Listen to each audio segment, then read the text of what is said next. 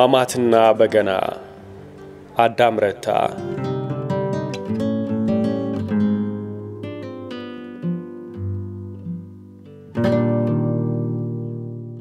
ሰላም እንዴት ናችሁ የወገኛ ተረክ ተከታታዮቻችን? ዛሬም ከአዳም ረታ መጽሐፎች መካከል ህማማትና በገና ከተሰኘውና ያጫጭር ልቦለዶች ስብስብ ከሆነው መጽሐፍ ውስጥ ራሱን የመጽሐፉ ርዕስ የሆነውን ህማማትና በገናን ወደናንተ እናደርሳለን። በኔይታ ይሄ መጽሐፍ ከአዳም ረታ ስራዎች ሁሉ አንደርሬት የተደረገው መጽሐፍ ይመስለኛል።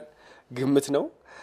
ብዙ ሰዎች ይሄን መጽሐፍ ሲጠቅሱት ሰምቼ አላውቅም። በአብዛኛው የአዳም ረታ ስራዎችን በተመለከተ ውይይቶች ሲደረጉ በአለፍ ገደምም ስሰማ ብዙዎች የሚያነሷቸው የስንብት ቀለማትን፣ ግራጫ ቃጭሎችን፣ የውስዳል መንገድ ያመጣል መንገድን፣ መሐሌትን እንዲሁም ደግሞ ሌሎቹን እነ መረቅን፣ አፍም አንደርሬት ነው አይ ቲንክ ተሜቴ ሎሚሽታን እነዚህ መጽሐፎች ነው በብዛት ሰዎች የሚያነሷቸው ወይም የሚጠቅሷቸው። በተለያየ አጋጣሚ ስትሰሙ የዋህ ግምት ሊሆን ይችላል። እኔ ደግሞ ከመወዳቸው መጽሐፎች መካከል አንደኛው ነው። በተለይ ደግሞ አዳም ረታ ስራዎቹ አልገቡንም፣ የቃላቶቹ ይከብዳሉ ምናምን የሚሉ ሐሳቦችን ለሚያነሱ ሰዎች ህማማትና በገናን እንደ መነሻ ቢያደርጉ መክራለሁ። ይህ መጽሐፍ በውስጡ 13 አጫጭር ልቦለዶችን የያዘ ነው። የቻናላችን ቤተሰብ ስለሆናችሁ እንዲሁም ደግሞ በተለያየ ጊዜ አስተያየቶቻችሁን ስለምታደርሱን በተለያየ መንገድ ስለምትደግፉን ሁላችሁንም ከልብ አመሰግናለሁ። ከዚህ በፊት የቻናላችን ቤተሰብ ያልሆናችሁ ሰብስክራይብ በማድረግ እንድትቀላቀሉን በአክብሮት እጋብዛችኋለሁ። አብራችሁን ቆዩ።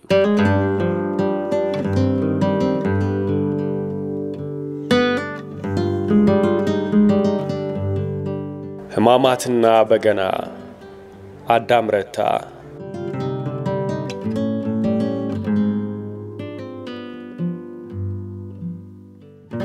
ስለ ብርሃኑ ፊቱ ሞጣጣ፣ ጥርሱ ፍንጭት፣ ክንዶቹ የሰለሉ፣ አንገቱ ረጅም፣ ግንባሩና አፉ ሰፊ፣ አፍንጫው የተዝለገለገ የመሰለ፣ አይኖቹ ትናንሽ፣ ትከሻው እንደ ጣውላ የተዘረጋ፣ ድምፁ ወፍራም፣ ቁመቱ ከመርዘሙ የተነሳ እንደ ዓላማ ሰንደቅ ከሩቅ የሚታይ ነው። ብርሃኑ ይባላል ስሙ። አንድ ቃል ለመናገር 10 ጊዜ ሰማይ፣ 10 ጊዜ መሬት፣ 10 ጊዜ ግድግዳ፣ 10 ጊዜ የአድማጮቹን ፊት ያያል። በዚህም ሳቢያ ሳይሆን አይቀርም ጆሮና ልብ ሰጥቶ የሚያዳምጠው ጥቂት ሰው ነው። ከተማ መሃል አንድ ፈረንጅ ቤት አትክልተኛ ሆኖ እንደሚሰራ እንሰማለን። ይህን ማረጋገጫ ጥቂት ምልክቶች አይበታለሁ። አንዱ ሁልጊዜ ከግል ጸባዩ ከኢትዮጵያዊነቱ የማይገጥሙና መርካቶ ሊሰሩ ቀርቶ ሊታሰቡ የማይችሉ የፈረንጅ ልብሶች ይለብሳል። ሁለተኛው ለክረምት የሰፈራችን ሰዎች አድርገው የማያውቁትን ቢጫ ቦት ጫማ አጥልቆ በግራና በቀኝ እጆቹ የተለያዩ አይነት የአበባና የዛፍ ችግኞች አቅፎ ይዞ ወደ ቤቱ ሲያዘግም ይታያል። ከኔ ቤት ብዙም ሳይርቅ ትንሽ ጉብታ ላይ ከጭቃና ከሲሚንቶ የተሰራ ዲቃላ ቤት ውስጥ ብቻውን ይኖራል። የግቢው ዙሪያ በጽዶች ስማቸውን በማውቃቸውና በማላውቃቸው ዛፎች ተሞልቶና ተጋርዶ አረንጓዴ ጋሜ ይመስላል። ብርሃኑ ግቢ ውስጥ የአቮካዶ፣ የብርቱካን፣ የሙዝና ሌሎች ስማቸውን የማላውቃቸው የአትክልት አይነቶች አሉ። ታች ሰፈር ካለው የጣሊያኖች የኮክ እርሻ ሌላ ፍራፍሬ የበቀለበት ግቢ የሱ ነው። እሷ አጥር አጠገብ ቆሞ ለሚያዳምጥ ከወፍ ጫጫታ በስተቀር የሚሰማ ድምጽ የለም። ጓደኛዬ አክሊሉ እንግዳ የሆኑና የሚያማምሩ ወፎች በማይስተው ወንጭፉ ለማውረድ ሲፈልግ ብርሃኑ ቤት እንሂድ ይላል። ብርሃኑ ብዙ ጊዜ እረፍት የሚሆነው እሁድ ስለሆነ ማታ ወይ ጠዋት ከግቢው ወጥቶ አጥሩ ጥግ የኩርሲውን አቅጣጫ እየለዋወጠ ፀሐይ ሲሞቅና ሲናፈስ እናየዋለን። ድንገት ወፍ አደና ብለን ወደ ቤቱ ስንዘምት እዛ ደጃፉ ፀሐይ ሲሞቅ ካጋጠመን ገሸሽ ብለን አልፈን ሌላ ጨዋታ እንጀምራለን። አንዳንዴ በየቤቱ ቡና ሲፈላ ከመሃል ያ ብርሃኑ የሚያሳዝን ነው፣ የእግዚአብሔር ሰው ብቻውን ነው፣ ምን አለበት ጠርታችሁት አንድ ሲኒ አቦል እንኳን ቢጠጣ ይባላል። ልጅ ተልኮ ብርሃኑ ይጠራል፣ ይመጣል፣ ፈገግ እያለ ይገባል፣ ፈገግ እያለ ይቀመጣል። የሚያስቅም ይሁን የማያስቅ ማንም በሚናገረው ፈገግ ይላል። በተለይ አውደ ዓመት ሲሆን በየቦታው እየተጠራ ምሳና ራት ሲጋበዝ እሱ ለምን በተራው ቤቱ ሰው እንደማይጋብዝ እናቴን ልጠይቃት አስብና ምን አገባህ ወሬኛ እንዳትለኝ በመፍራት ዝም እላለሁ። ብዙ ሰዎች ብርሃኑን ብቸኛና ቂል ሰው ያደርጉታል። እኔን ግን ብርሃኑ አንዳንዴ ያስፈራኛል፣ አንዳንዴ ደግሞ ቂል መስሎ ይታየኛል። የሚያስፈራኝ እንደለመድኩት በመንገድ ላይ ያጋጠመውን ማንኛውንም አይነት ሰው ሁሉ ሰላምታ የሚልበት ጸባዩ ሲጠፋ ነው። ያን ጊዜ የሆነ ጉዳት ሊያደርስብኝ የሚያስብ ይመስለኛል። ያን እፈራዋለሁ። ቂል የሚመስለኝ ደግሞ ያው እንደተለመደው ሰላምታ ለመስጠት ቃላት ማሰብ ተስኖት ወይም ምላሱ እየሸወደው የመናገሪያ ጊዜ አጥሮት በቆሎ የመሳሰሉ ጥርሶቹን ገልጦ አፉ እየዳኸ አንተ ወመኔ ደህና ነህ ሲል ነው። የትኛው እንደሚቀድም ግን አላውቅም፣ ብቸኝነቱ ወይስ ቂላቂልነቱ። ታዲያ ሰዎች ሲያመቻቸው ቂል፣ ሲያመቻቸው ብቸኛ፣ ሲያመቻቸው ደግሞ ብቸኛና ቂል ያደርጉታል። ሁሉ ስያሜ ተሰብስቦ ብርሃኑ ወደ 9 አይነት ሰዎች ይሆናል። እንዲህ በብዙ አይነት ጸባያት መመዘኑ ግራ አጋብቶኝ አንዳንዴ የትኛው ይበጀው ይሆን እያልኩ በልቤ መምረጥ ጀምራለሁ። ጸባይ ያልተለጠፈለት ልሙጥ ሰው አጋጥሞኝ ሰላም ማለት አልለመድኩምና ብርሃኑን ለ9 መነጣጠሉ ስለሚዞርብኝ ለራሴ በቃ ብርሃኑ ክፉ ነው እላለሁ። አንዳንዴ ረሳና ቂል ነው እላለሁ። እንዲህ ያወናከርኩ ብለውም በልቦናዬ ልክ እንዳልሆንኩ ይገባኛል። አንድ ሰሞን ወሬውን ማን እንዳመጣው እንጃ ብርሃኑ ሚስት ሊያገባ ነው ተብሎ ቡና ላይ ሲወራ ያልተገረመ አልነበረም። እሱ ያግባ ስሙን እንኳን አስተካክሎ የማይናገር እሱቴ አይናገር አይጋገር ራቴን ስጪ ለማለት ወር ሳይወስድበት አይቀርም። ለመሆኑ ሴት ያውቃል ያን ነገር ይችልበት ይሆን? ለምን እንደሆነ አላውቅም፣ ግን ሳያገባ ቀረ። ያላገባበትን ምክንያት እናቴን ልጠይቃት ፈልግና እንዳሰድበኝ ብዬ ፈርቼ ዝም እላለሁ። ያው እንደ ሴት ወሬ ትለቃቅማለህ የምትለው ነገር አላት። ግን ራሷ ወሬኛ ሆና ለምን ወሬኛ ብላ ትሰድበኛለች? ይሄ በልቤ ቋጥሬ የምዞረው እናቴ የምትሰጠኝ አንዱ ህመሜ ነው።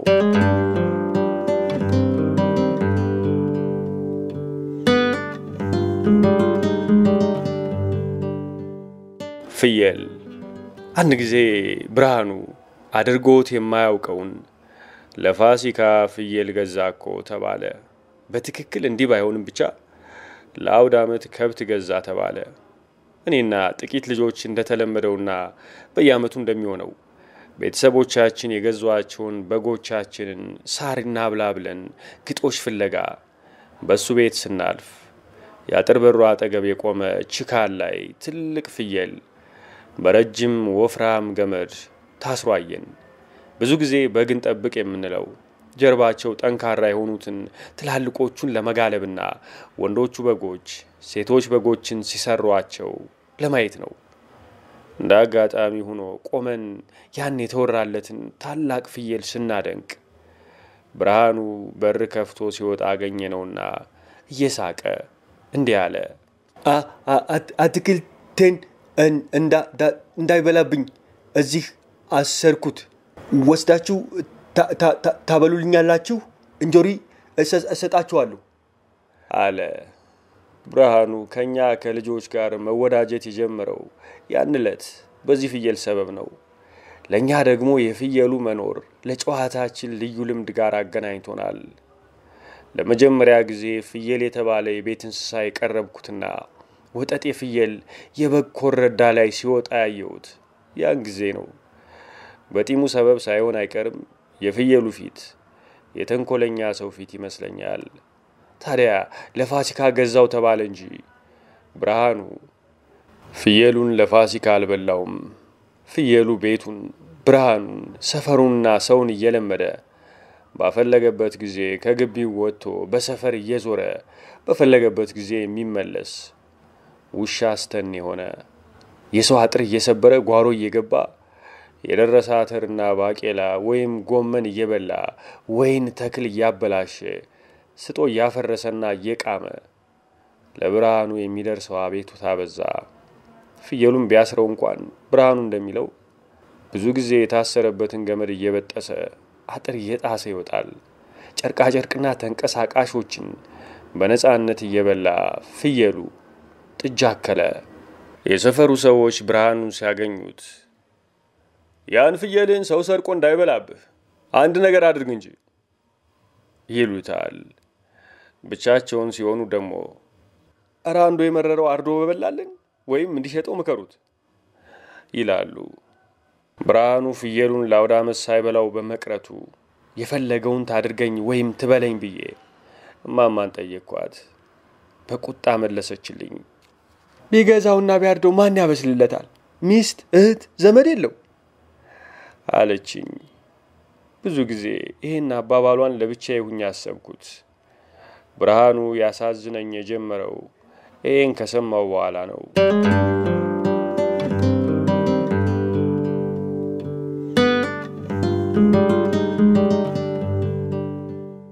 የሆነች አሮጊት አንድ እሑድ ከግቢ ውጭ አጥሩ ጥግ ከብርሃኑ ጋር እኔ መሬት ሳር ላይ ተቀምጬ እሱ ደግሞ ከኩርሲው ላይ ተቀምጦ ያሰጣውን ሱሪ ፍየሉን እንዴት እንደበላበት እየሳቀ ሲያወራኝ አንዲት አሮጊት ከወደታች በኩል በእኛ አቅጣጫ እያዘገሙ ሲመጡ አየን። እኛም በማየታቸው ተደስተው የሚስቁ መስሎኝ ነበር። እየቀረቡ ሲመጡ ግን ጥርሳቸው ግጥጥ ያለ ሴት መሆናቸውን ተረዳው። ሴትየዋ ከፍ ባለ ጉጉት በታጠቀ ድምፅ እንደምን ዋልክ ብርሃኑ ብለው ሰላምታ ሰጡ። ሴትየዋ ንጹህ የአገር ባህል ልብስ የለበሱ አበባ የበዛበት ሻሽ ያሰሩ ተረከዝ ያለው ቆዳ ጫማ ያደረጉ አይነት ትላልቅ ሴት ናቸው። የተከናነቡት ነጠላ ስር ዕቃ አንጠልጥለው የያዙ ይመስላል። ብርሃኑ ከኔ ጋር የያዘውን ጨዋታ አቋርጦ ከተቀመጠበት እየተርበተበተ ተነሳ። ሱሪው እንደቆሸሸበት ሁሉ እዛና እዚህ እያራገፈ አፉን ከፍቶ ሴትዮዋ ላይ አፈጠጠ። ደህና ነህ? ምን ነው ግቢ እንኳን አትለኝም አሉት። ምንም ሳይመልስላቸው በዝምታ የቤቱን አጥር ከፍቶ ገባ። ሴትዮዋ ተከተሉትና ከኋላቸው በሩን ዘጉት። እኔና የታሰረው ፍየል ውጭ ቀረን። ያን ቀን ከቆንኩበት ቦታ ወደ ታች ሳይ የሰፈሬ አቀማመጥ እንደ ፎቶ ቁልጭ ብሎ ይታያል። አንዳንድ ጊዜ እዚህ ተቀምጬ ባይም እንደዛን ዕለት ግን ከዛ ቦታ ሰፈሬን በቀላሉ እንደ ስዕል ማንበብ መቻሌ አልተከሰተልኝም ነበር። አሁን ድረስ ሰፈሬን ሳስብ መጀመሪያ ላይ የሚመጣልኝ ትዕይንት እዚህ ቦታ ቁሜ በአይኖቼ ያነሳሁት ተንቀሳቃሽ ፎቶ ነው። ከየቤቱ ጣሪያ ላይ ስስ ጭስ ያርጋል። በዛፍ የተከበቡ የዛገና ያልዛገ ቆርቆሮ የተከደኑ ቤቶች ተለሽልሸዋል። የሚነፍሰው አየር እንደ ማድቤትና እንደ ተቃጠለ እንጨት ይሸታል። በመንገድ ላይ የሚተላለፉትን ሰዎች አናታቸውን አያለው። ከፍ ብሎ አየር ውስጥ ወዲያ ወዲህ የማይበር የወፍ አይነት የለም። የጓደኞቼን ቤት ተራ በተራ ከቆምኩበት በአንድ ጊዜ ማየት እችላለሁ። ያ የሳራ ቤት ነው። ያ ያለማየሁ ቤት ነው። ያ ዛፍ ያለበት የነ ዮሴፍ ነው። እዛ መንገድ ዳር ሱቅ አለ፣ ግን ጽድ ከድሎታል። ጽዱ ተቆርጦ አልነበረም እንዴ? ያ ወደ ትምህርት ቤት የምንሄድበት መንገድ ነው። እዛ ጋር ምን እንደነበር ይጠፋኛል። ልክ ጥርሴን እንዳልነቀልኩበት ቦታ ከሰፈሩ ዳርቻ እዛ ጋር የተደበረ ድንክ የመሰለው የኛ ሰፊ ጭቃ ቤት ነው። ከጎኑ የአጎቴ ቪላ ቤት ቀይ ጣሪያ አለ። አጎቴ አሜሪካን ተሰደው እዚያ ባለው ዘረኛነት ተማረው እንደመጡ ይወራል። እንደሰማሁት ልጅ እያሉ አባቴ ከጎምጎፋ ወደ ሐረር ከመሰደዱ በፊት ታናሽ ወንድሙን ማለት አጎቴን ለሚሽኖች አደራ ሰጥቶ ይሄዳል።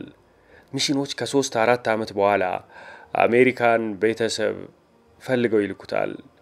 አጎቴ እዚያ 20 ዓመት ኖረው አገሬም ብለው ይመጣሉ። የአባቴ የ6 ዓመት ታናሹና 100 ብር የሚከፈላቸው ምሁር ቢሆኑም የ10 ዓመት ታላቁ ይመስላሉ። አባቴ አሁንም ጠንካራና ወጣት የሚመስል ነው። እኔን ሊቀጣኝ ከፈለገ ኮሌታዬን ይዝና በአንድ እጁ አየር ላይ ያንጠለጥለኛል። ያንጠለጥልና መሬት ላይ ይመልሰኛል። በሱ እምነት ተቀጣው ማለት ነው። ሰዎች ጥንካሬውን ሲያደንቁት ቀልድ ያሰኘውለት የሸማኔነት ትርፉ ጠንካራ ክንድና እግር ነው፣ ገንዘብ የለውም ይላል። ቀልድ ያላሰኘውለት የአርባ ምንጭዋና የሩት የማሽላ እንጀራ ነው ብሎ ጉራ ይሉት ምን ይነፋል። እናቴ ሩት ትባላለች። የታወቀች ወገበ ህመምተኛ ናት። አንተን ከወለድኩ በኋላ ነው እንዲሆንኩ ትለኛለች። ወገቧን ስታመም ስራዋ መጸለይ ነው። እኔ ግን ስሟን አልወደውም። ህመሟ ከስሟ የመጣባት ይመስለኝ ነበር። ከ3 ፊደላት በታች ያለው ስም እንደማይመስለኝ ነግሬያት አላውቅም። ይባስ ብሎ የሰፈሩ ጩጫዎች ደግሞ ያበሽቁኛል። ሩት ማን ይሞት? የሸማኔው ልጅ ቴንሳ ከዋርካ ላይ ወድቆ ይሞት እያሉ ብርሃኑ ቤት ፊት ለፊት ዳገቱ ላይ እንደቆምኩ ከታች ሰፈሩ መሃል ሳራን አያታለሁ። ቁጥጥር የሌለባት ሸርኬ ናት። ከዚህ ከብርሃኑ ቤት አጥር ስር ግን መነሳት አልፈለኩም። ሳላውቀው ሳይገባኝ ብርሃኑን ገብቼ ባላየውም የብርሃኑን ግቢና ፍየሉን እየወደድኩ ነው። በፍየል ጺምና ቆለጥ እንደ ልቡ የመጫወት እድል የሚያጋጥመው የአዲስ አበባ ልጅ ስንት ነው? ብዙ ጊዜ መንገደኞች ሲያልፉ ሴቶችም ወንዶችም የፍየሉን ትልቅነት ካዩ በኋላ በመገረም አይናቸው ሸርተት የሚለው ወደ ቆለጡ ነው። ታዲያ ፍየሉ ብርሃኑን ሰላም ከነሳው አንተ ነገርኩ እረፍ ኮዳህን እንዳልለው ይለዋል። ከት ብዬ ስቃለሁ። ከብርሃኑ አፍ የወጣውና የሰማሁት ቀልድ የመሰለ ነገር ይሄ ብቻ ነበር። እኛ ሮጊት ከመጡ ጀምሮ ቀድሞ አላያያዝኩትም ነበር። ብርሃኑ ከሰፈሩ አይን ተሰወረ። በዚያው ሰሞን ቤቱ ብሄድ ላገኘው አልቻልኩም። ከፍየሉ ጋር ብቻዬን መጫወት ብዙ አላስደስታለኝ።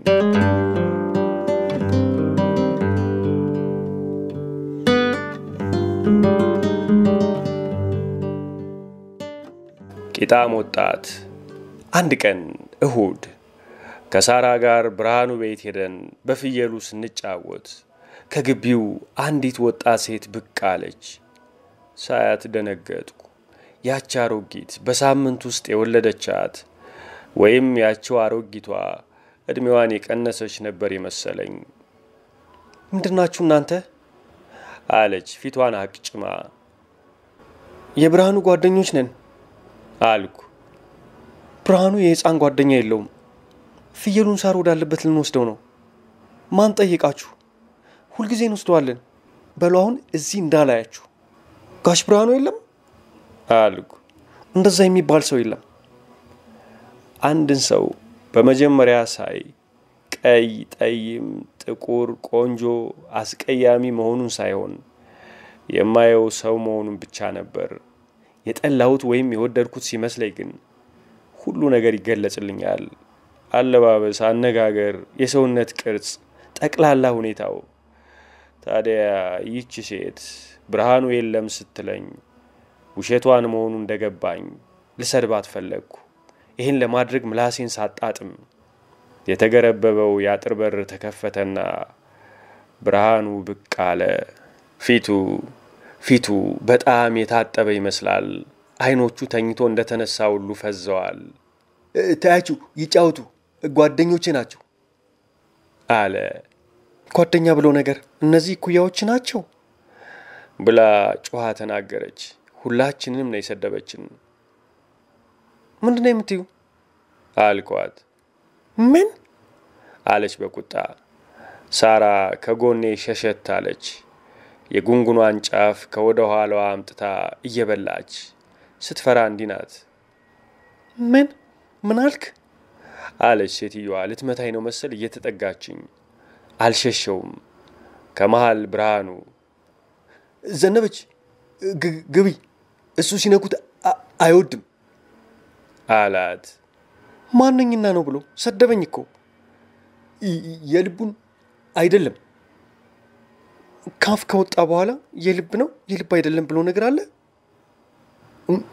ምን ግቢ ታያቸው ይጫወቱ። ፍየሉን እኮ ገደሉት። ፍየሉ ለምዷቸዋል። ሳር ልታበሉት ነው አለ ወደኔና ሳራ እያየ ፈገግም ሳይል። ሳር የማብላት ሐሳብ አልነበረኝም። ሳራም አልነበራትም። እየመሸ ነው ቤታቸው። ፍየሉን አንቺ ብትጠሪው አይመጣም፣ እኔ ስጠራው ግን ይመጣል። ከፈልክሽ ላሳይሽ አልኳት ሴትዮዋን። አልሰማችኝም። ብትሰማኝም በንቀት ብርሃኑን ተከትለው ወደ ግቢው ውስጥ ተመለሰች። በሩ በቁጣ ተዘጋ። ፍየሉ ጭቅጭቃችን የገባው ይመስል ጢሙን በነፋስ እያበጠረ ቀና ብሎ በትኩረት ያይናል። ባለጌ ስትል ሰማዋት ሴትዮዋን ከግቢው መሃል።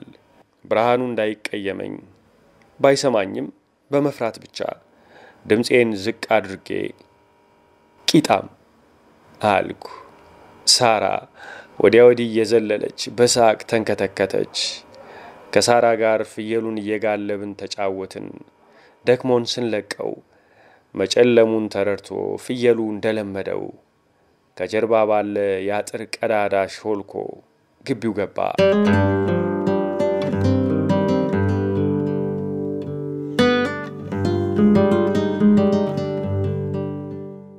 አሻንጉሊት የለኝም።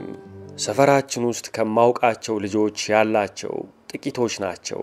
በጭቃ በድቡልቡል በጠፍጣፋ በጠጠር በሚፈነክትና በማይፈነክት በትል በዝንብ በሞተ ጢንዚዛ በዶሮ በእንቅልፋም ድመት ሰው በሚወድ ውሻ በእኔና በሌሎች ሰዎች ገላ ተጫውቼን የማድገው።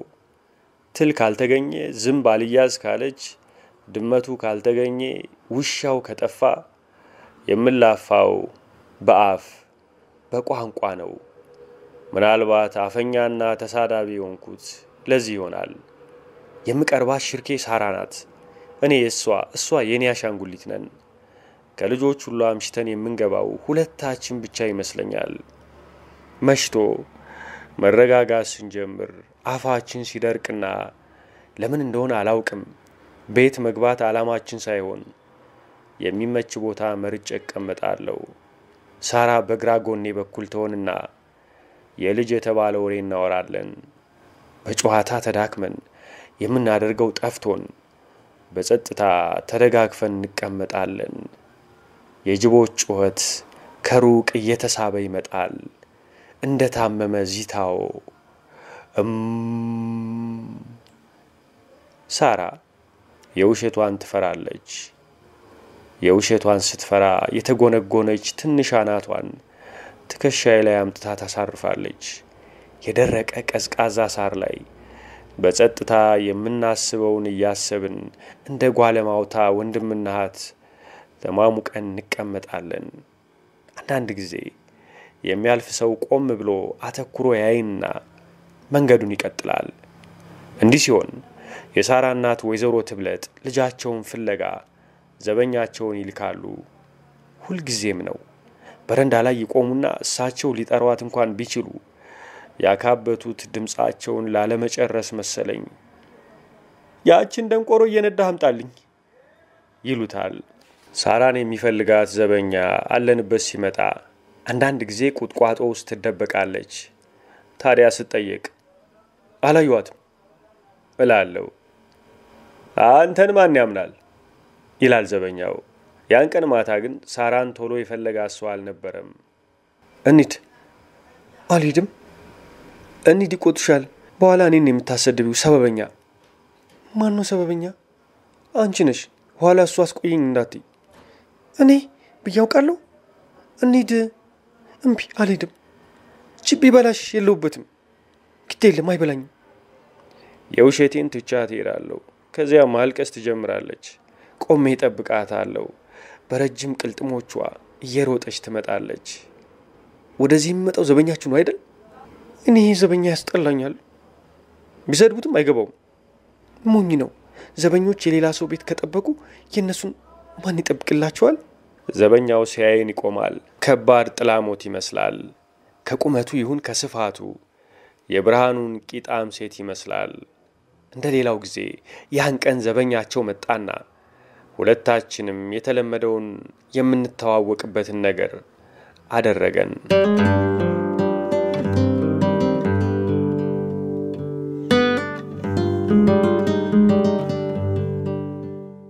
የቪየትናም ጦርነት።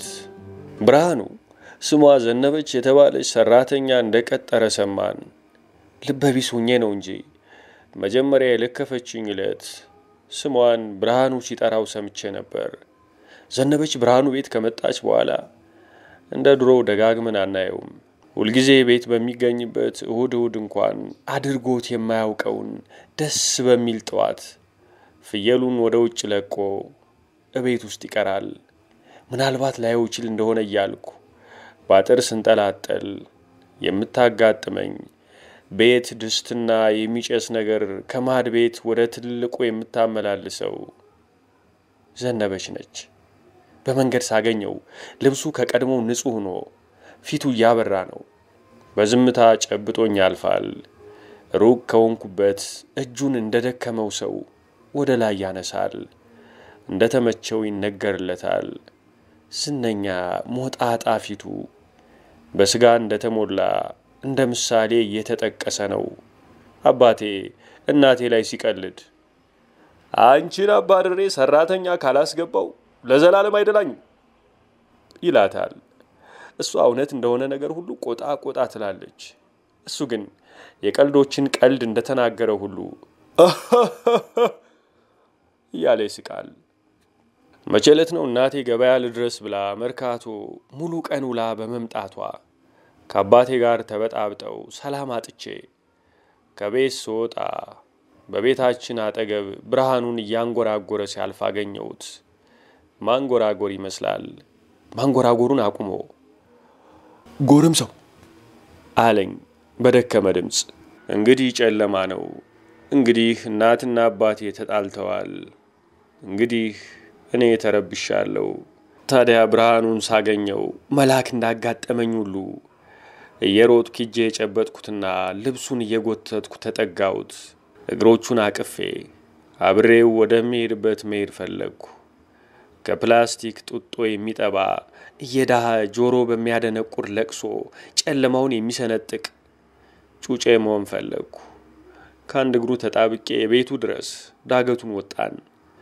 የቤቱ አጥር በር ሲደርስ ልለቀው አልፈለግኩም። አብሬው እዚያች በዛፍ የተከበበች ቤቱ መግባት ፈለግኩ።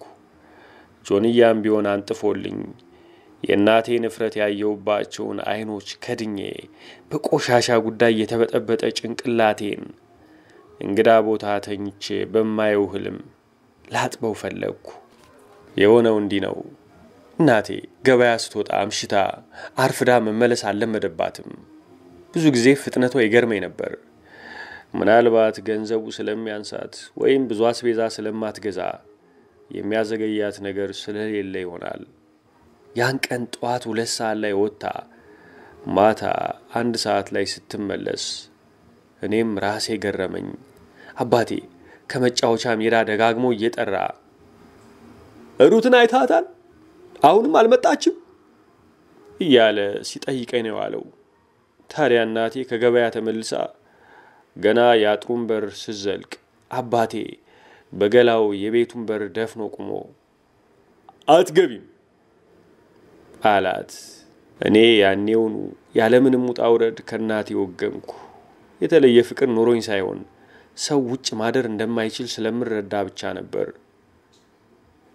አትጩህ ገብተን እንነጋገር አለች እናቴ። ያው አለሽ አሳድርሽ አላት። አንዲት የልጅነት ጓደኛዬን የሐረር ልጅ አግኝቼ ነው እዚህ ጥጥ ላይ ጎብጬ የምውለው። ለማን ነው? ልግባተው በኢየሱስ። ኢየሱስሽን ቀድሞ ዘነበ መቀለጃ አይደለም። ወደኔ ዝቅ አድርጎ አይቶ በልግባ አንተ ዱርዬ ለዱርዬ ይደጋገፋል አለና ተናገረ። ወደሷ ጎትታ አስጠግታ ያዘችኝ። ክንዶቼ ወገቧ ላይ ስለማይደርሱ ዳሌዋን አቅፌ ለመያዝ ሞከርኩ። ሰውነቷ በቀስታ ይንዘረዘራል። ሆዷ ርቧታል መሰል ያጉረመርማል። ከዚህ በፊት ተጣልተው አይቻቸው አላውቅም። ምናልባት ተደብቀው ልጅ አይስማ ብለው አድርገውት ይሆናል። የገዛችውን አስቤዛ መሬት ላይ አስቀምጣ ቆማ ታየዋለች። አባቴ እየደጋገመ ከፊቴ ጥፊ ከማለት በስተቀር የሚያደርገው ሌላ ነገር አልነበረም። ከርማ እናቴ እኔን ለቃ ዘንቢሉን ከመሬት አንስታ ሳይፈቅድላት ወደ ጎን በቀስታ ገፍታው እቤት ሰተት ብላ ገባች። ቀሚሷን ጨምድጄ ይዤ ተከተልኳት። ሳሎን ዕቃዋን አስቀምጣ ቀና ስትል ከየት እንደመጣ እኔ ቀልቃላው እንኳን ያላየሁት አባቴ በጥፊ ቀኝ ጉንጯ ላይ መታት። ከጆሮዋ ቀዳዶች አንድ አርቲፊሻል የወርቅ ሎቲ ተፈናጥሮ ወጣና ወለል ላይ ወደቀ። ኢየሱስዬ ምን አደረኩ ዘነበዬ አለች። ደም የመሰለ ፊቷን በሁለት እጆቿ ደግፋ ይዛ። አባቴ ሻሿን ከጭንቅላቷ ላይ በጥፊ መቶ ጣለው። ሳይታጠብ ብዙ ጊዜ የከረመው ቡናማ ሉጫ ጸጉሯ እንደተሳሰረ ትከሻዋ ላይ ወደቀ። ሻሿን ለማንሳት ስታጎነብስ ተከትሏት ሄደና ማጅራቷን ከጸጉሯ ጋር ደርቦ ያዛት። እሱ ጎትቷት ይሁን እሷ ለማምለጥ ስትጎተት ቀሚሷ ከትከሻዋ እስከ ወገቧ ድረስ ተዘነተረ። ቀሚሴን ቀደድክ አለችው። እኔ የገዛሁት ነው። ውሽማሽ የገዛልሽ መሰለሽ? ተው እንደዚህ አትበል። በጥፊ ሊመታት ክንዱን ሲዘረጋ የሹራቡን እጀታ በሁለቱም እጆቼ ለቀም አደረኩት። በጣም የሚያስጠላ ቡናማ ባለገመድ ሹራብ ነው። ለብዙ ሰዎች አንድ ሰው አስቀያሚ ሲባል በአእምሮአቸው የሚመጣው ዝንጀሮ መምሰሉ ምናምን ነው። ለኔ ደግሞ አስቀያሚ ሰው ሁልጊዜ ባለገመድ ሹራብ ይመስለኛል። ዞር ብሎ ሁለት እጆቼን በአንድ እጁ ጠፍሮ ያዛቸውና በአየር ላይ አንድ ሁለት ያውለበለበኝ። ልጄን ተው ብላ በቁጣ ስትመጣ ካንጠለጠለኝ 1 ሜትር ከፍታ ወደ ወለሉ ለቀቀኝ። ከመሃል በአየር ላይ ያለው የቃሪያ ጥፊ ሲሰነዝር አየዋለሁ። አናቴ እየዞረ የፊቴ ከፊል እየተቃጠለ መሬት ላይ ተጣጥፌ ተዘረገፍኩ። ከወደኩበት ስነሳ አባቴ የእናቴን ልብስ ከላይዋ ላይ ይቀዳል። ቆመችበት ፊቷን ሸፋፍና በዝምታ ትንገዳገዳለች። እናቴ በጣም ትላልቅ ቀይ ጡቶች አሏት። ቀሚሷ ተቀዶ ውስጥ ልብሷ ተገፎ ፍጹም ራቁቷን መቆሟን ሳይ እጅግ የሚያዋርድ አሳፋሪ ነገር የማይመሆኑ ገብቶኝ ቆምኩበት ማልቀስ ጀመርኩ። በሕይወቴ ያለቀስኩበት ጊዜ ትዝ አይለኝም። አልቅሼ አላውቅም። ለማልቀስም ፈልጌ አላውቅም። ማልቀስ ያሳፈረኝ፣ እያለቀስኩ ማልቀስ ያሳፈረኝ። እናቴ እፍረቷን ከሚያውቃት ባሏና ከኔ ከወለደችኝ ልጇ ለመደበቅ ጉንበስ እያለች ወደ መኝታ ቤት ስትሄድ አባቴ ሳይለቃት ጸጉሯን ጨምድዶ ይዞ ተከተላት። ተወኝ ዘነበ፣ ብሞትብስ እንደኔ የሚሆንልህ አታገኝም፣ ይቆጭሃል ትለዋለች። ማን የሚቆጨው? ልቧ ጠፍቶ እንደኔ የምትሰደድልህ አትኖርም። ፍቅራችንን በቅናት አታበላሽው። እምባዬ እየፈሰሰ ወደ መኝታ ቤት በር ተጠጋው። ጸጉሯን በእጆቹ ጨምዶ ይዟታል። አልጋ ላይ ተቀምጣለች። የተቀዳደደ ቀሚሷ ራቁቷ ላይ እንደመረብ ወድቋል። እሱ ሳያቋርጥ ትከሻዋን ይዞ ይነቀንቃታል። እጆቿን ከፊቷ ላይ ስታነሳ ደማየው። ተናደድኩ። ጠረጴዛ ላይ አልፎ እናቴ አበባ የምታስቀምጥበት ጣሳየውና ምንም ሳላመነታ መለስ ብዬ እሱን አነሳውና አነጣጥሬ በኃይል ወረወርኩ። የአባቴን ጭንቅላት አገኘሁት። እንዴ ብሎ ሲዞር አይኖቼን በልጥጬ እየሮጥኩ ወጣው። ሊቀጣኝ አልተከተለኝም። ያመመው አይመስለኝም። የሸማኔ ጭንቅላት እንደ ጨርቅ ኳስ ካረጁ የኩታ ብጣሾችና እንደ ጋቢ ባስተው ከተፈተሉ ጥጦች ሳይሆን አይቀርም የተሰራው። የብርሃኑን ፍየል ግንባር እንደዚያ በመታው ለሁለት ቀን እንደሚንገዳገድ ተስፋ አደርጋለሁ። ከዚህ በኋላ የሚሄድበት አጥቼ በጨለማ ስንከላወስ ነው ብርሃኑ ያገኘሁት። ከቤት ተደባድቤ ሳይሆን እንደ ልማዴ በዱርዬነት የምዞር መስሎት ሲያየኝ አልተገረመም። ምን ታደርጋለህ በጨለማ ብሎ አልጠየቀኝም። ቤቱ ስንደርስ ግራ ጉንጬን በቁንጥጫ ጎተተኝና ቶሎ ቤት እንድገባ ነገረኝ። እሱ ቤት እንደገባ ሰው የማይተላለፍበት አንድ ቦታ ፈልጌ በዝምታ ለረጅም ጊዜ ተቀመጥኩ። ደፋር ብመስልም ብቻዬን ነኝና ቅጠልና ዛፍ በተንኮሻኮሸ ንፋስ ባፋሸከ ቁጥር እደነግጣለሁ። ማልቀስ ፈልጋለሁ። በየቤቱ ከዚህ ጣጣ ሊሸሽገኝ የሚችል ሰው እንዳለ በሐሳቤ ብመርጥ ከሳራ በስተቀር ማንም አልነበረም። ሳራ ደግሞ ሴት ናት። ሳራውን ተኝታ ይሆናል። ግቢያቸው ደግሞ በሁለት መዓት ጥርስ ባላቸው ውሾች የሚጠበቅ ነው። አባቴ ለምን እናቴን ይመታታል? ለምን ራቁቷን ያደርጋታል? የሆነ ሚዛን ሲበላሽ ይሰማኛል፣ ይታወቀኛል። ከብርሃኑ ቤት በኋላ ደግሞ ሌላ ቤት የለም። ሰፈሩን የሚያቋርጥ ዟሪ ጅብ ቢያየኝ ሳይገርመው አይቀርም። ከታች በብርሃኑ ቤት አቅጣጫ ነጭ የለበሰ ሰው ሲመጣ ያለው እየቀረበኝ ሲመጣ እናቴ መሆኗን አወቅኩ። እኔን አላየችኝም። እንደ ተከናነበች ሄዳ የብርሃኑን ቆርቆሮ አጥር በር አንኳኳች። ከውስጥ የቤት በር ተከፈተና ማን ነው የሚል የቀልቃላ ሴት ድምጽ ሰማው። እኔ ሩት ነኝ፣ የዓለሙ እናት አለች እናቴ። ዓለሙ የቤት ስሜ ነው። በትምህርት ቤት ሙሉ ስሜ ቴንሳ ዘነበ ቴንሳ እባላለሁ። በአባቴ አያት ስም ነው የምጠራው። ከጥቂት ጊዜ በኋላ የአጥሩ በር ተከፈተና ያቺ ቂጣም ብቅ ብላ ምን ነው ትዬ አለች። አረ ልጅ ጠፍቶኝ ነው። ብርሃኑ አይቶት እንደሆነ ጠይቂልኝ እስኪ። ማን ልበለው? ሩት። ዓለሙን አይተዋል ወይ በይልኝ። ተኝቷል። ቢሆንም ቀስቅሽዋ። እሱ ከልጅ ጋር መጫወት ካቆመ ቆይቷል። ከልጅ ጋር ወዳጆች ናቸው። እንደ ልጁ ነው የሚያዩ። መከራ በሌሊት ከአባቱ ጋር ተጣልቶ ጠፍቶብኝ ነው። ያቀጫጫ ልጅ እንደሆነ አለች ዘነበች። አዎ ቀጭን ይመስላል። እሱ ነገረኛ ነው። በይ ሳታውቂው ልጄን እንደዛ አትበይው። ይልቁን ብርሃኑን ጥሪው። ከተነሳሽ ሩት ፈለገች በይው ይነሳል። በይትዬ በጨለማ መተሽ አትረብሺ። ከተኛ ነው። በይ ነገሩን ትተሽ ጥሪልኝ እሱን። ልጁ አንድ ነገር ቢሆን በብርሃኑ ለማመካኘት ነው አይደል? አለች ወደ ውስጥ እየገባች። እናቴ ለብቻዋ ጉረመረመች። አንድ ሰው ከተኛበት ተቀስቅሶ ልብስ ለመልበስ ከሚያስፈልገው ጊዜ በላይ ጠበቀች። ብርሃኑ እንደዚያ እንደማያደርግ አውቃለሁ። እንኳንስ ቴንሳ ጠፍቷል ተብሎ ይቅርና እናቴ ጓሮዋ ልታሰራው ፈልጋ 6 ሰዓት ከ15 ደቂቃ ላይ ጠርታው 6 ሰዓት ከ16 ደቂቃ ላይ ይመጣል። ከግቢው ውስጥ የሚሮጥ ሰው ኮቴ ሰማለሁ። ወደ እናቴ የሚመጣ ሳይሆን ከቤቱ ወይም ከዘነበች የሚሸሽ ይመስላል። እትዬ ሩት ነሽ ብሎ ተጣራ። አረ ብርሃኑ ያቀልቃላ አኩርፎ ጠፋብኝ። እኔ ቀልቃላ ነኝ በእናታችሁ። በር ተከፍቶ ብርሃኑ ወጣ። አሁን ከአንድ ሰዓት በፊት አብሮኝ ነበር። ወደ ቤት ሂድ አልኩት። እኔ እኮ አልገባኝም። ቢገባኝ አስቀረው ነበር። ሳራን ጠየቅሽ? ሳራ ዘንድ የለም። አጎቱ ዘንድስ? እዚያም የለም። አረ የቀረኝ ቦታ የለም። ታች ሁሉ ወረድኩ። 5 ቤት ፈለግኩ።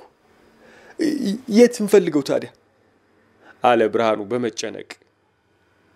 እኔ እንደፈረደብኝ ልፈልግ። ተኛ አንተ። አሁን አልተኛም። ዓለሙ ጠፍቶ ልተኛ እንዴ?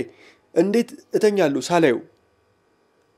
ወዲያ ሰፈር ዘልቆ እንደሆነ ሻይ ቤት ሙዚቃ ያለበት እዚያ ድረስ ይሄዳል ብለሽ ነው?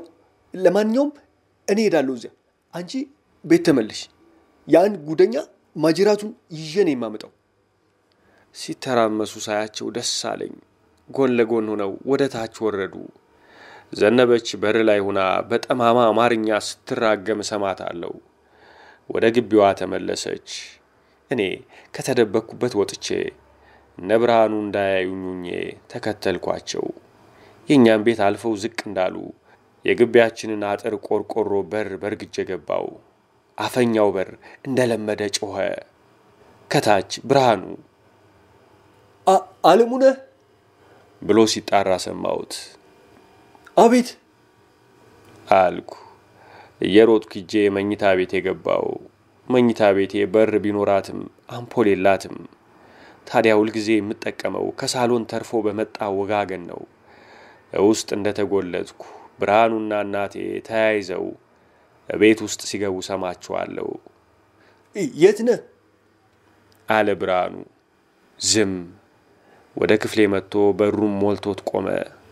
ከጨለማው ጋር አይኖቹን ሲያለማምድ ቆየና ተጠግቶ የጸጉሬን ጎፈሬ በእጆቹ በዝምታ አፈራርሶ ተመልሶ ወጣ።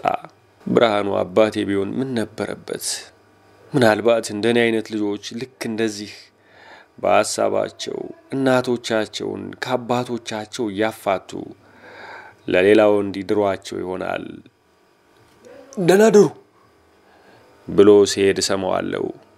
ይሄ ሁሉ ሲሆን አባቴ ከመኝታ ቤት አልወጣም። እናቴ ኢየሱሷ እንዲሰማት አድርጋ ባጫጭሩ ረገመችኝ። ሲበቃትና ሁሉ ነገር እንደተለመደው ጸጥ ሲል ዓለም ራትህን ብላ አለች።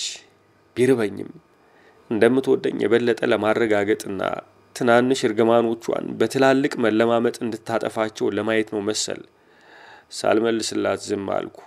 እንዳኮረፍኩ ገብቷት ብዙም ሳይቆይ በትንሽ ሳህን ከሰዓት በኋላ ገበያ ስትሄድ ያስቀመጠችልኝና የበላሁትን አይነት እንጀራ በወጥ ይዛ መጣ። አልጋዬ ጎን ያለች ጠረጴዛ ላይ በጸጥታ አስቀምጣ ሄደች። እናቴም አባቴም ድምጻቸው ጠፋ። ቤቱ በጸጥታ ተዋጠ። ምግቤን በደንብ ሳልበላ ነካክቼ ሳህኑን ለመመለስ ከመኝታ ቤቴ ስወጣ ሳቅ ሰማው።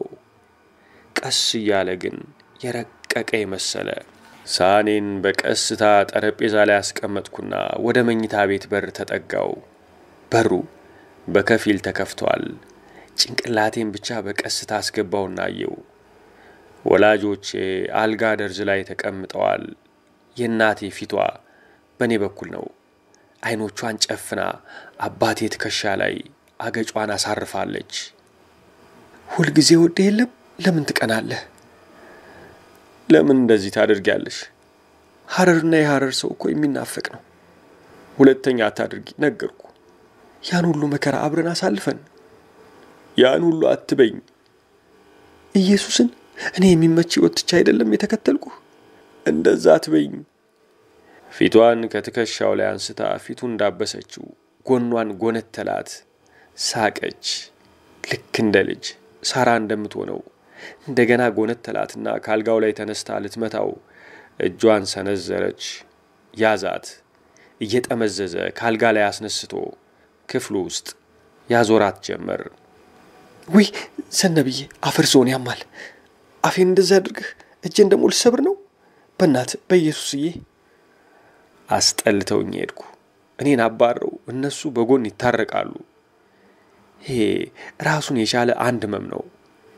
ሳሎን የበላውበትን ትሪ በጥፊ መታውትና ከነያዘው እንጀራና ወጣውጥ ጋር መሬት ላይ ወርዶ ተገለበጠ። ወደ መኝታ ቤት ያለፍኩ። ዓለም አንተ ነህ? ቀስ አትልም? አልጋዬ ውስጥ ገና እንደገባው እንቅልፍ ጣለኝ። በህልሜ ያለምኩት ብርሃኑና ፍየሉን ነው። ብርሃኑ የፍየሉን አንድ ቀንድ ይዞ ጎኑ ቆሟል። ዕቃ እንደጠፋው ሁሉ ግራና ቀኝ መሬት ያያል። ምን ነው ጋሼ ብርሃኑ? ጠፋብኝ። ምን? ፍየሉን በቀንዱ ብቻ ወደ ላይ አነሳው። ፍየሉ በኋላ እግሮቹ ቆመ። ባየሁት ነገር ደነገጥኩ። በፍየሉ ኮዳ ምትክ የጠላ ጣሳ ይንጨዋለላል። አየህ ኮዳይን ሰረቁ። በቃ አሁን የቪየትናም ጦርነት ተጀመረ ማለት ነው አለና ፍየሉን እየጎተተ ወደ ሆነ ደን ገባ። ስባንን ገና ጨለማ ነው። ማማና አባባ ሲያወሩ ይሰማኛል። ወደ እንቅልፌ ለመመለስ እየተከናነብኩ ለናቴ ይሁን ወይስ የጠፋ ለመሰለኝ የፍየሉ ቆለጥ እንደሆነ እንጃ ትንሽ አዘንኩ። ተመልሼ ሳሙና የምትሸት ትራሴ ውስጥ ፊቴን ቀብሬ ቀይ ባህርን የሚያክል እንቅልፍተኛው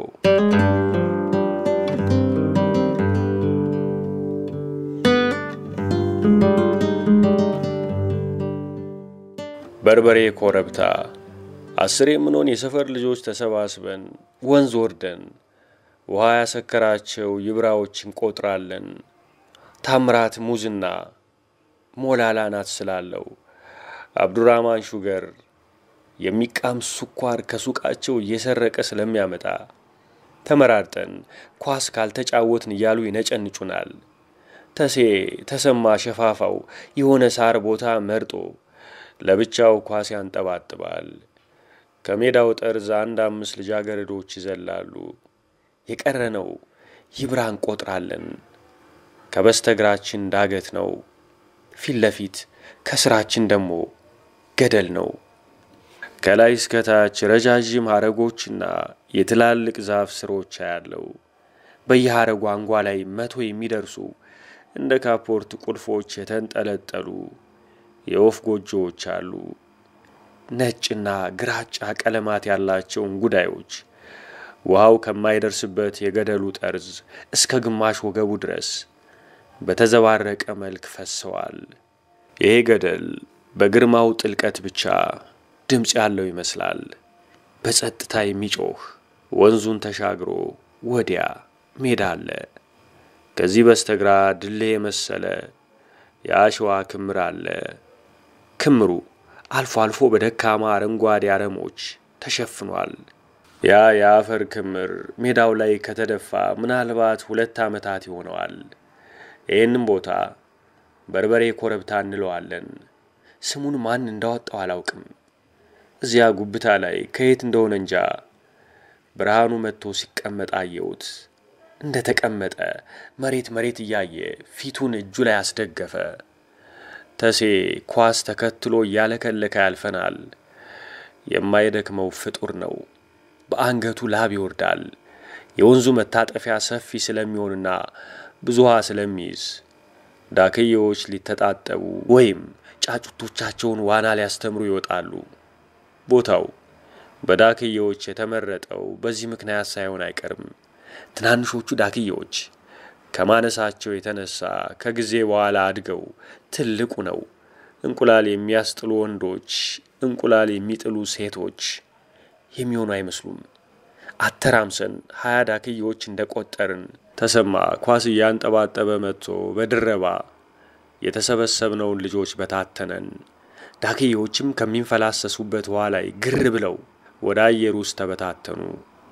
ኳሳቸውን ለቅመው ተቧድነው ሊጫወቱ ጓደኞቼ ሜዳ ሲገቡ እኔ ዳር ቀረው። በእኛ የቆጠራና በኳስ ድረባ ጩኸት ተረብሸው የነበሩት ዳክዬዎች በልማድ ወደሚዋኙበት ተመልሰው መጡ። ከተቀመጥኩበት ርቀት ብርሃኑ ለብቻው ራሱን ሲነቀንቃየውት ዓላማዋን ስታ ወደ እኔ የመጣች አንድ ኳስ በእግሬ ጠልፌ ተሰማን ለባብሸቅ ለብቻዬ የነዳው ስሮጥ ሁሉ ልጆች ተንጫጩ። ወደ ወንዙ እንድትገባ መታዋት። ገደል የከተትኩባቸው ልጆች እየረገሙኝ ኳሷን ተከትዬ ሰው ማለፍ በሚችልበት መንገድ ወደ ታች ወረድኩ። ሸለቆ ውስጥ ገብቼ በርበሬ ኮረብታ ጋር ብቅ ስል ግን ብርሃኑ አልነበረም። ጉቶ ደግፎ ያቆማትን ኳስ ከሸለቆው ወደ ላይ ለልጆቹ መታውላቸውና ወንዝ አካባቢ ልብስ የሚያጥቡ ሴቶችን ሳይ በእንቁራሪትና በውሃ ሲጫወት ቆየው። በመጣውበት ተመልሼ ሜዳው ሳልገባ ጠርዙን አለፍኩና ከነሳራ ጋር ገመድ ዝላይን ጀመርኩ። አንተ ወዲ ሸማኔ ጠብቅ አለ ተሴ እየጮኸ። ፋራ ጉረኛ አንገትን እንዳልሰብረው እኔ በሶ ጨብጫለሁ ፊኛን አልፋ ዝም ብለ የዚህ ልጅ አፍ በስማ አፍህን ዘጋላሉ። ወደ ኋላው ያየ ኳስ እየጠበቀ ወደ ሴቶቹ ሲጠጋ ጥል ሊነሳ መስሏቸው ገመዳቸውን ማሽከርከር አቆሙ። አንተ ይመታል ሩጥ አለች ሳራ። ይሄ ልብ የለውም አልኳት። ትልቅ ስለሆነ ብፈራውም ጉራ መቸርቸሬን አላቆምኩም። ተሰማ ኳስ ጨዋታውን ቀጠለ። በምሽት እንደጠፋ ዕቃ ኳስ እየፈለገ የሚጫወት ነው። በመንገድ ኳስ ካየ መጓዙን ያቆማል። ትንሽ ጠፍጠፍ ያለች ቦታ ካገኘ ሚጢጢ ጎሎች ሰርቶ ካልተጫወት ንገላችኋለሁ ይለናል። ፍጹም ኳስ አፍቃሪ ነበር። ክፉ ግን አልነበረም። ዛሬ ሰድቦኝ በበነጋታው ሸማኔው ብሎ በፍቅር እጁን ትከሻዬ ላይ ያስቀምጣል። እስከ ቅርብ ጊዜ ድረስ ተሰማ የጊዮርጊስ የአዲስ አበባ ቢራ ተጫዋች ነበር። ስታዲየም የሚገቡ ያደንቁታል።